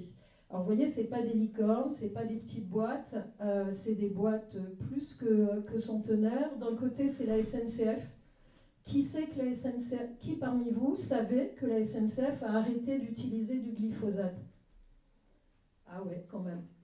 Mais là, ça y est, c'est fait? Ah oui, c'est fait depuis fin 2021. Pourquoi? Je vous raconte juste ça, parce que j'adore la politique. Je suis politiste de formation. Parce que la SNCF, agent loyal de l'État, a pris au mot Macron quand il avait dit qu'en 2022, on arrêterait l'utilisation du glyphosate. Et comme on n'arrête pas un train qui roule à toute allure, le PDG de la SNCF s'était engagé. Ils l'ont fait. Le glyphosate a été substitué par de l'acide pélargonique. Pélargonium, géranium. Donc à 95% maintenant, à la place du glyphosate, je veux dire, c'était quand même la SNCF qui utilisait le plus de glyphosate dans ses achats. Hein. C'était 38 tonnes par an, avec tous les effets toxiques que l'on connaît. Et donc, ils ont quand même gardé un anti... faut que je retrouve le terme, je vais peut-être pas le retrouver, c'est un anti-germinatif qui n'est pas très bon. On me dit qu'il faut s'arrêter. Mais juste ce que je veux vous dire, c'est que ça pose un vrai sujet, parce qu'ils l'ont fait par loyauté, ils l'ont fait pour prendre au mot une décision politique, ils l'ont fait sans subvention, ça leur coûte 110 millions d'euros par an, et en fait ça pose quelques problèmes, je pourrais vous en parler. Et à côté, je voulais vous parler de Bell. Bell, qui peut-être régène wash, comme tout à l'heure quelqu'un le disait, mais toujours est-il, c'est une entreprise qui a 150 ans, qui est familiale. Je vous incite non pas à manger du Bell, mais à regarder un peu l'ADN de cette entreprise. C'est très intéressant. Ils ont créé une alliance régénératrice. Ils conviennent qu'il n'y a pas de définition de la notion d'agriculture régénératrice, mais je vous incite à regarder de quelle manière ils la définissent. Et je voudrais juste finir sur cette slide un peu plus provocatrice. On ne pourra pas être régénératif si les politiques publiques ne s'alignent pas avec nos souhaits de changement et la nécessité de transformer les modèles d'affaires. Et là encore, je veux vous rappeler qu'il y a beaucoup de subventions néfastes pour l'environnement, beaucoup de dépenses délétères pour l'environnement. Un rapport de l'IGEDD, donc il y a toutes les graines du changement au sein de toutes les organisations, étaient parvenues à caractériser 10 milliards d'euros par an de dépenses néfastes pour l'environnement. Voilà. Je voulais finir là-dessus et demander que chacun prenne ses responsabilités. Merci. Merci. Merci beaucoup, Sylvie. Alors, il nous reste encore 2 intervenants pour clôturer cette tribune. Nous allons passer à Jérôme Cohen, président fondateur d'Engage. Bonjour, ravi d'être là. Je vais essayer d'être succinct puisqu'on a 5 minutes. Je voulais parler donc d'entreprise restauratrice, c'est le mot qu'on emploie. Je ne suis pas sûr que la régénération, nous on y croit beaucoup. Ça voudrait dire qu'on améliore la situation de la nature grâce à l'activité économique, ça le gêne. Et puis ça dépend évidemment du secteur d'activité, de la taille, de la géographie des entreprises de laquelle on parle. Ça veut dire quoi? Rapidement, c'est qu'il faut être évidemment dans le respect des limites planétaires, dans le capital naturel, et dans le respect des besoins humains fondamentaux, que l'on parle des salariés ou que l'on parle des personnes que l'on sert à travers notre activité. Donc ça veut dire quoi? Ça veut dire coopérer avec, et peut-être pour le vivant, humain et non humain. Concrètement, nous, quand on accompagne des entreprises, qu'on essaye de les faire évoluer vers ces questions de respect de la nature, il y a deux niveaux pour nous. Un, les opérations. On réduit d'abord l'impact, ça c'est fondamental. Si on ne fait pas ça, on ne sert à rien, mais que la première impact. Et après, on rentre dans le modèle d'affaires. Et comment on arrive à le changer? Soit en redéfinissant ce modèle d'affaires, par exemple en passant à l'économie de la fonctionnalité, on verra un ou deux exemples si on a le temps après, ou en allant jusqu'à la redirection. C'est-à-dire, mes activités, on ne peut pas les faire évoluer ou elles auront de toute façon un impact trop important, donc on choisit d'en arrêter certaines ou on choisit peut-être d'arrêter son activité. Et ça, c'est évidemment l'étape ultime. Alors, ça veut dire quoi pour l'entreprise? Et c'est peut-être ça qui est le plus important. Pour nous, l'entreprise qui va vers cette ambition de travailler, de coopérer avec la nature et de la respecter, d'abord, elle est apprenante. Ce qu'on constate, c'est qu'aujourd'hui, sur les notions de climat, mais encore plus sur la biodiversité, le non-savoir des entreprises, des salariés, des dirigeants est énorme. Donc si on ne commence pas parce que l'entreprise redevienne apprenante sur ces sujets, on n'arrive à rien. Et apprenant, ce n'est pas 2 heures d'un MOOC, c'est des heures et des heures et des heures avec les salariés à tout niveau de responsabilité. Et c'est ce qu'on fait beaucoup quand on accompagne des grosses entreprises. Ensuite, elle est participative. C'est-à-dire que, évidemment, il faut que la direction soit d'accord, mais il faut aussi que tous les salariés participent à cette quête, à cette ambition collective, pour plusieurs raisons. Parce que souvent, en fait, les solutions, elles sont à l'interstice des niveaux de responsabilité, à l'interstice des secteurs, enfin des activités ou des domaines d'activité dans l'entreprise. Donc si tous ne collaborent pas et ne travaillent pas sur ce sujet, eh bien en fait on ne va pas avoir de réponse, avec un gros mot systémique, en tout cas à la hauteur des enjeux, et on va souvent aussi générer des mauvaises idées. Je vais très rapidement, parce qu'on n'a pas beaucoup de temps. Et ouverte, parce que notamment sur ces questions de biodiversité, en fait, ce n'est pas l'entreprise, ça a été dit justement par Sylvie, qui va changer les choses toute seule. Elle va travailler en écosystème ouvert, notamment sur la biodiversité à l'échelle de son territoire, avec les acteurs publics, avec des associations, avec d'autres entreprises. Je rencontre beaucoup à la compétition, c'est quelque chose qu'il faut aussi travailler. Donc l'entreprise, en fait, doit redéfinir son modèle d'affaires, mais doit redéfinir en interne et en externe sa gouvernance, la façon dont elle est organisée. Et si on ne fait pas ça, je crois simplement qu'on peut arriver à rien. Alors, ça veut dire quoi? Ça veut dire qu'elle a refait ses activités, enfin, elle les a repensées, elle les a réorientées, et puis elle a essayé de réimaginer sa gouvernance en interne comme en externe. Mais ça ne suffit pas non plus. Ce qui est fondamental à nos yeux, c'est qu'il y ait deux choses. Il y a un appui politique. Ça veut dire des réglementations. Tu as dit, Sylvie, sinon je ne vois pas ce qu'on peut faire. Et toute seule, que ce soit par cynisme, par opportunité, par manque d'investissement et d'argent, on n'y arrivera pas. Donc il faut des réglementations, mais qui peuvent aussi être des incitations de la part de l'État pour les petites entreprises en particulier, qui n'ont ni les moyens humains, ni les moyens financiers d'y arriver seules. Et puis le dernier, c'est évidemment les consommateurs. Donc là, en fait, ce que l'on fait simplement avec ce petit schéma, c'est essayer de casser le cycle, ou le cercle, ou le triangle de l'inaction entre, vous savez, les politiques, les entreprises, le pouvoir économique, la finance et les citoyens de l'autre, pour créer ce qu'on appelle, nous, une sorte de vortex de la régénération. C'est-à-dire que comment, avec les médias, avec le pouvoir public et avec le monde économique, on arrive à inverser ce qui nous a empêché d'agir depuis 70 ans. Alors, deux exemples, il y en aurait plein, vous connaissez certainement tous ici, Pocheco, Interface. Je ne sais pas si elles sont régénératrices, c'est des entreprises qui sont en tout cas contributrices. Leur contribution zéro en matière de biodiversité, je pense que c'est trop ambitieux de parler comme ça, mais en tout cas, il y a des entreprises qui essayent de changer les choses. Alors, on avait parlé tout à l'heure d'économie de la fonctionnalité. Je pense que Michelin en est un bon exemple pour leurs camions. Donc, c'est que du B2B, mais par exemple, ils ne vendent plus de pneus, mais ils louent des kilomètres, ce qui leur a permis, sur le rechappage des pneus, etc., d'avoir, je crois, quasiment 50% de moins de pneus utilisés, et l'activité est plus rentable, parce qu'évidemment, quand on doit décider des entreprises à changer, si vous ne parlez pas de performance, elles ne viennent pas. Donc il faut jongler sur les deux, c'est parfois un peu délicat, mais c'est ce qu'on est obligé de faire. Et puis un autre exemple, c'est une entreprise petite qu'on a accompagnée, dont le cadre du défi biodiversité ou du grand défi, je ne sais plus.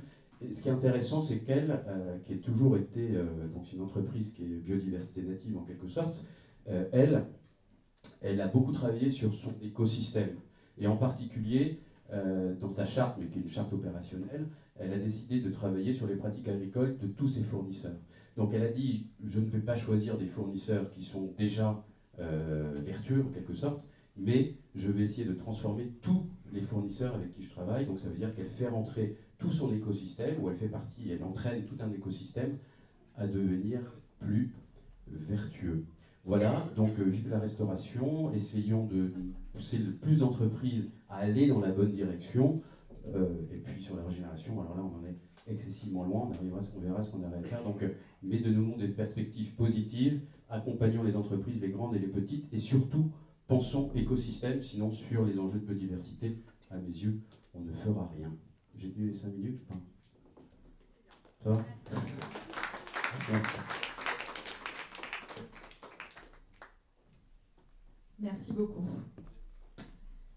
Eh ben, on est dans le timing, c'est génial. Alors, nous allons clôturer cette tribune avec Fanny Corpé-Sauvageon, directrice de Lively Earth, qui viendra nous éclairer sur les solutions de financement régénératif. Merci beaucoup. Bonjour à tous et à toutes. Merci à Jérémy de nous rassembler. Alors j'ai la chance de clore cette tribune et je ne sais pas vous, mais après tout ça, moi je suis remontée à bloc. Donc merci à tous ces témoignages. J'ai beaucoup réfléchi à la manière de vous faire passer le message qui m'importe et qui me fait me lever tous les matins. Et finalement, je me suis dit que la question qui était posée était tellement au cœur de nos préoccupations chez Lively Earth que j'ai décidé de réécrire notre manifeste. Puisque nous aussi, nous sommes vivants. Merci Jérémy pour l'inspiration. Et donc, on évolue depuis notre lancement il y a seulement 1 an. Alors, vous me direz ce que vous en pensez, mais du coup, comme les mots comptent, je vais le lire. Chez Lively Earth, nous croyons que l'action collective, comme moteur de changement pour les transformer nos systèmes alimentaires. Nous souhaitons collaborer au-delà des concurrences, des labels et des idéologies, afin de développer des systèmes alimentaires qui relient les hommes et la nature et qui préservent le vivant. Et pour cela, nous reconnaissons l'importance cruciale des sols. Saviez-vous que 95% de notre alimentation repose sur les sols et que nous avons perdu près d'1 tiers des terres arables dans les 40 dernières années? La santé des sols influence directement notre santé et la capacité de nos territoires à faire face au changement climatique. Et si on parle de santé, en France, les coûts cachés de l'alimentation s'élèvent à 134 milliards d'euros et ça représente 5% du PIB. Et si de nombreuses études scientifiques ont documenté le déclin dramatique des qualités nutritionnelles des aliments, le remède est connu. Dans le livre « Cultiver la révolution, ramener nos sols à la vie », le professeur de géomorphologie à l'université de Washington, David Montgomery, nous enseigne que les sols vivants et en bonne santé produisent des aliments 11 à 34% plus nutritifs. Ce chiffre doit nous faire réfléchir. Côté résilience territoriale, le Rodale Institute, qui est un institut de recherche américain encore, qui a monitoré sur plus de 40 ans les performances comparées des systèmes conventionnels et biorégénératifs, montre que les exploitations utilisant des pratiques biorégénératives ont des rendements 30% plus importants lors d'événements climatiques extrêmes. Là encore, la santé des sols et leur capacité à retenir l'eau seront cruciales pour limiter les inondations et atténuer les sécheresses dans les années à venir. Alors, l'agriculture régénérative dans tout ça, eh bien, l'agriculture régénérative, c'est la solution. C'est la solution qui apporte des bénéfices climatiques, environnementaux, sociaux et économiques. Que demander de plus? Il est donc impératif de reconnaître les agriculteurs pour leur rôle crucial dans la protection de nos sols et de nos écosystèmes. Ces hommes et ces femmes qui travaillent en moyenne 54 heures par semaine, mais ne reçoivent que 6% du prix final des produits vendus en grande surface. Ces agriculteurs à qui on demande d'assumer tous les risques de la transition. Des risques financiers liés aux investissements nécessaires et aux pertes de rendement potentielles. Des risques psychologiques en se démarquant du modèle qui leur a été proposé dans les 50 dernières années.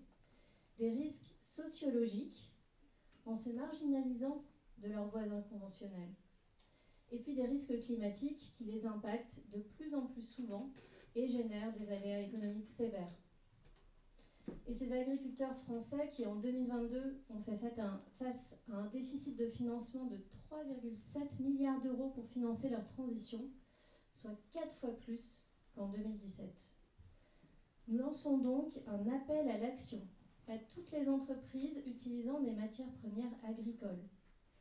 Agissez comme des partenaires du changement pour soutenir les agriculteurs dans leur transition vers les pratiques bio et régénératives. Soyez à l'écoute des contraintes des agriculteurs. Reconnaissez la qualité des produits avec un partage équitable des marges. Catalysez leur financement, directement ou indirectement, et soutenez leur cause auprès des gouvernements. Alors en conclusion, chez Lively Earth, notre mission, c'est de favoriser le développement de l'agriculture bio-régénérative en Europe. Et nous proposons de mettre en commun les meilleures pratiques des pionniers de la régénération au bénéfice du plus grand nombre pour accélérer le passage à l'action. Nous vous proposons donc, pionniers ou curieux, de nous rejoindre pour parler d'une seule voix. Et comme le dit Charles Eisenstein, qui est un philosophe américain, notre cœur sait qu'un monde plus beau est possible. Et l'agriculture régénérative est une solution à portée de main. Merci de votre attention.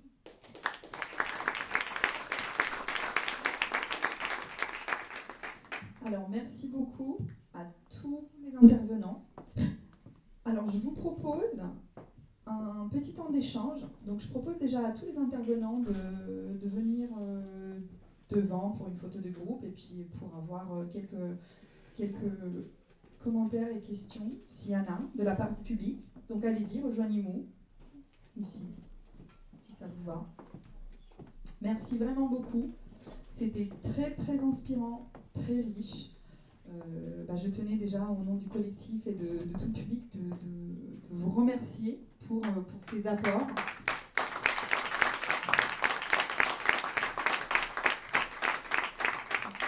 C'est incroyable ce que vous faites. Enfin, c'est vraiment très, très inspirant. C'est super boostant, super motivant. En tout cas, j'espère que ça l'est pour tous. Hein. Donc, vraiment, un grand merci et grand applaudissement. Je vais te laisser la parole si tu... déjà, merci Andrea, et puis vas-y, prends les questions. Voilà. Je fais passer le micro. Super. Alors, si certains ou certaines d'entre vous ont des petites questions ou commentaires. Oui, j'ai une question. 2 personnes ont parlé de faire moins de dégradation de l'environnement, mais de faire des choses positives. Est-ce que ça rejoint une notion qu'on utilise mondialement qui s'appelle le footprint pour faire moins négatif et le handprint pour faire positif? C'est bien de vous présenter, si vous voulez bien. Moi, je suis Alexandre Tropi. En fait, je suis dans une boîte qui s'appelle Dassault Systèmes. Je vais la quitter parce que je viens de finir mon brevet d'exploitant agricole. Et mon entreprise utilise en fait ces termes-là, handprint, pour faire montrer le positif qu'elle apporte. Alors, qui veut prendre la question? Ne vous battez pas. C'est parti. Je vais plus réagir en disant que moi aujourd'hui, quand on parle handprint, c'est plutôt l'empreinte humaine et jusqu'à preuve du contraire, elle est plus négative que positive sur les écosystèmes vivants. Je ne connais pas spécialement les termes que vous utilisez, mais moi je ne suis pas sûr que c'est cela que j'aurais envie d'utiliser en tout cas. À rajouter, c'est que ça me paraît très très réducteur. Ce que je dis, moi l'idée c'est, vous supprimez tous vos impacts négatifs et vous cherchez systématiquement à générer du positif dans tout ce que vous faites sur toute votre chaîne de valeur. Donc on rentre justement dans cette vision écosystémique et plus du tout dans cette vision humaine. Effectivement, je rejoins ce qui a été dit. Quelqu'un d'autre a une question? Moi c'est Marie Chaff, je suis journaliste pour Actu Environnement. J'ai une question.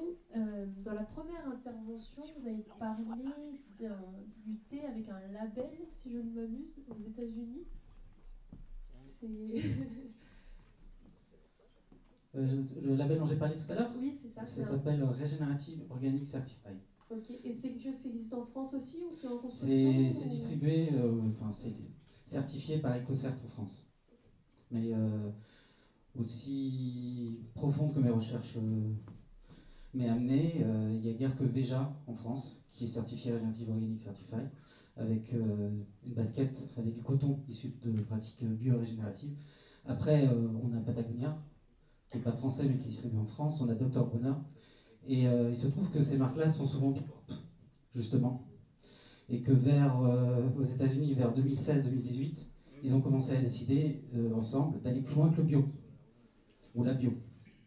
Et ils ont créé cette alliance pour aller encore plus loin et éviter que le label bio se dégrade avec des pratiques industrielles. Et c'est sur 3 piliers: les sols, les animaux et la juste rémunération. Et je me permets de garder la parole parce que ma question suivante, c'est dans la même veine. Est-ce que l'un d'entre vous ou l'une d'entre vous est au courant de travaux en cours pour soit faire un label spécial pour préciser ce que c'est la régénération, éviter justement la régénération machine, ou même au niveau réglementaire, je ne sais pas, légal, est-ce qu'il y a quelque chose qui est en cours? Merci. Sujet évidemment très complexe, mais il y a des discussions qui ont été initiées avec l'AFNOR pour essayer de définir le cadre de ce que pourrait être une certification autour de la visée régénérative, et j'insiste, on parle bien de visée régénérative parce que c'est un idéal très souvent inatteignable, et donc il faut garder de la modestie face à ça, dire on est régénératif. Alors tu disais par design, je crois tout à l'heure, Jérémy, parce qu'il y a des entreprises qui partent vraiment de ce principe-là pour développer leurs offres, mais voilà, c'est une ambition qui est très rarement atteignable, donc on vise la régénération, on ne l'est pas pleinement. Alors je peux rajouter quelque chose, je fais partie du Catherine Doria, Impression de Révolution France, ONG sur les droits humains dans la chaîne textile. Je fais partie du comité d'experts avec l'AFNOR, et en fait c'est une spécification. Pour l'instant, on travaille dessus, ça sera restitué en septembre. C'est pas une normalisation, c'est une spécification pour essayer de, justement contre le regenerative washing, instaurer des, comment dire, le mot m'échappe, des indicateurs, mais surtout une définition dont on pourra tous s'emparer. Sur le sujet de la définition, le seul endroit où on a tenté de définir l'agriculture régénérative, donc c'est en Californie, où il y a des discussions en ce moment pour définir le cadre et des débats sur est-ce que c'est de la conservation des sols ou du bio et de conservation des sols, avec bien sûr tous les lobbies qu'on peut imaginer aux États-Unis sur ces sujets-là. Et aux États-Unis toujours, il y a une quinzaine de labels régénératifs pour l'alimentaire, dont certains sont bio, d'autres juste régénératifs. On pense qu'il y en a un certain nombre qui vont essayer de venir en Europe et que ça peut servir en tout cas de base à ce qui sera fait en Europe aussi. Très rapidement, je pense que c'est trop ambitieux de vouloir avoir une certification. Enfin, si on veut vraiment appliquer et sortir de la vision juste de l'agriculture régénératrice, pour vraiment être dans une économie régénératrice, c'est beaucoup trop complexe, je pense. Donc ça peut être aussi une façon d'additionner, si je puis dire, certaines certifications en fonction de votre activité, de ce que vous faites et de là où vous voulez aller. Et moi, ça me semble illusoire, et pourquoi être toujours obsédé par la certification? On peut aussi, il y a énormément de projets dans les lauréats qui viennent qui sont Planet Score, donc on peut les citer. Et donc là, c'est un petit peu pareil, c'est sur base de cahier des charges au niveau d'un produit, avec la possibilité d'afficher son impact sur 4 critères, comme on peut l'avoir aussi sur le Nutri-Score, biodiversité, climat, bien-être animal, et il y a quoi d'autre? Pesticides. Et ils sont en train d'ajouter d'autres indicateurs. Là, petite question là-bas. Non, c'est pas une question, c'est plus pour compléter. Bonjour, avec Xavier, je fais partie de Nous Sommes Vivants et on est aussi sur une ferme d'agriculture régénérative en Normandie qui s'appelle la ferme Gone Girls. Et on fait partie d'un collectif européen qui s'appelle Climate Farmers et qui a essayé de poser une définition de l'agriculture régénérative. Donc il y a eu un grand congrès en 2022 en Allemagne, Climate Farmers étant basé à la base en Allemagne. Et on n'a pas réussi à déboucher sur une définition parce que c'est très compliqué, comme c'était souligné par pas mal d'intervenants. Donc il y a un manifesto qui est posé, qui donne une orientation, mais il n'y a toujours pas de définition, et c'est ce qui fait à la fois la force et la faiblesse du mot régénération. Je dois aussi citer Déméter, qui effectivement, merci, on te retrouvera tout à l'heure au jury, qui effectivement est un label allemand, maintenant international, et très développé dans l'alimentaire, le vin et d'autres filières. Et donc là aussi, ce qui est intéressant, c'est la préoccupation à la fois environnementale et sociale de ce label. On aura plus d'informations tout à l'heure. Et je veux juste revenir sur la définition de la régénération. Il existe des livres et des gens.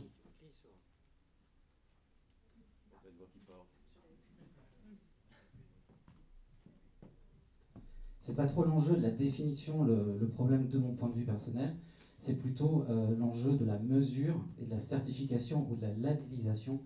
Et comme il y a différentes façons de mesurer, différents indicateurs qui le font, en fait on se retrouve avec cette idée qu'il y a plusieurs définitions. En tout cas sur l'agriculture biorégénérative, c'est Vandana Shiva dans les années 80 qui a posé les concepts, et ensuite il y a des personnes qui se sont emparées et qui en ont fait autre chose.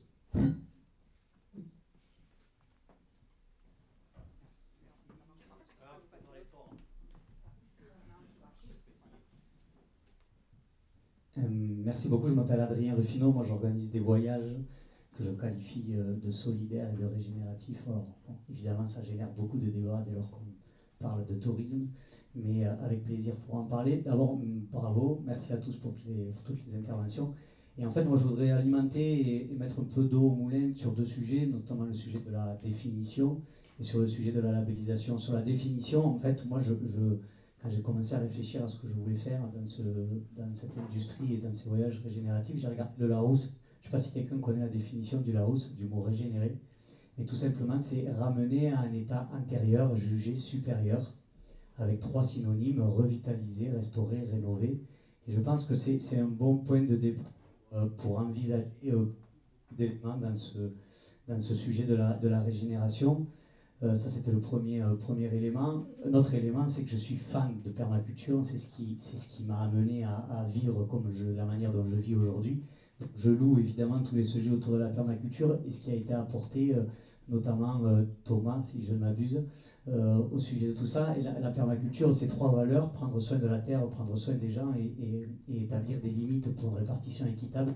Donc pareil, je rebondis sur Hélène. Je crois qu'il y a parlé de répartition des ressources et des valeurs, ça me semble fondamental.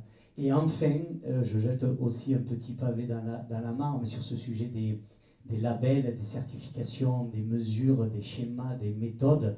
Et en fait, si la régénération est basée sur un changement profond de paradigme, ma question c'est pourquoi potentiellement on serait amené ou on envisagerait de prendre les mêmes outils qu'on a utilisés pendant 30 ou 40 ans, alors que justement on proposait quelque chose de très différent. À mon sens, la régénération, ce n'est pas que des... C'est pas comme quand...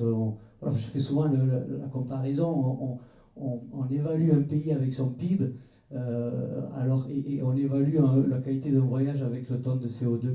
Mais en fait, c'est l'expérience, c'est le bonheur, c'est le sensoriel, c'est l'émotion. Et dans beaucoup d'éléments, quelles que soient les industries, je pense qu'il faut aussi mettre ça au cœur de la définition et de l'intention, qui est un peu plus subjective qu'objective. Voilà, c'était juste mes petits points. Merci. Merci à tous. Alors, je ne sais pas si parmi les intervenants, il y a des petites frustrations, précisions à apporter avant la fin, ou si... Sinon, on vous dit un grand merci.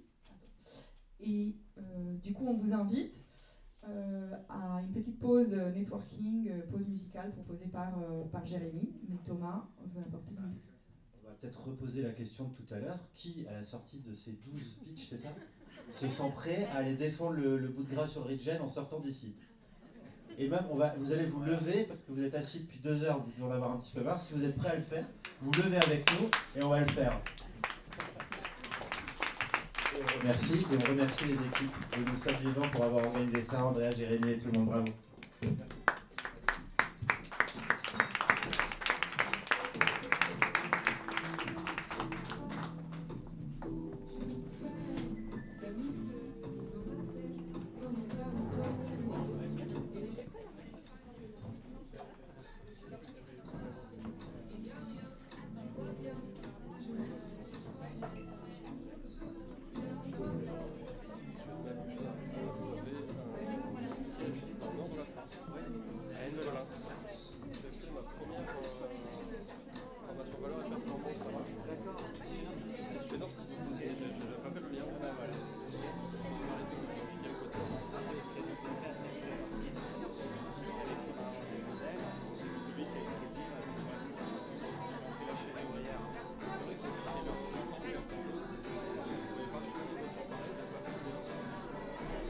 Toi, t'es basé dans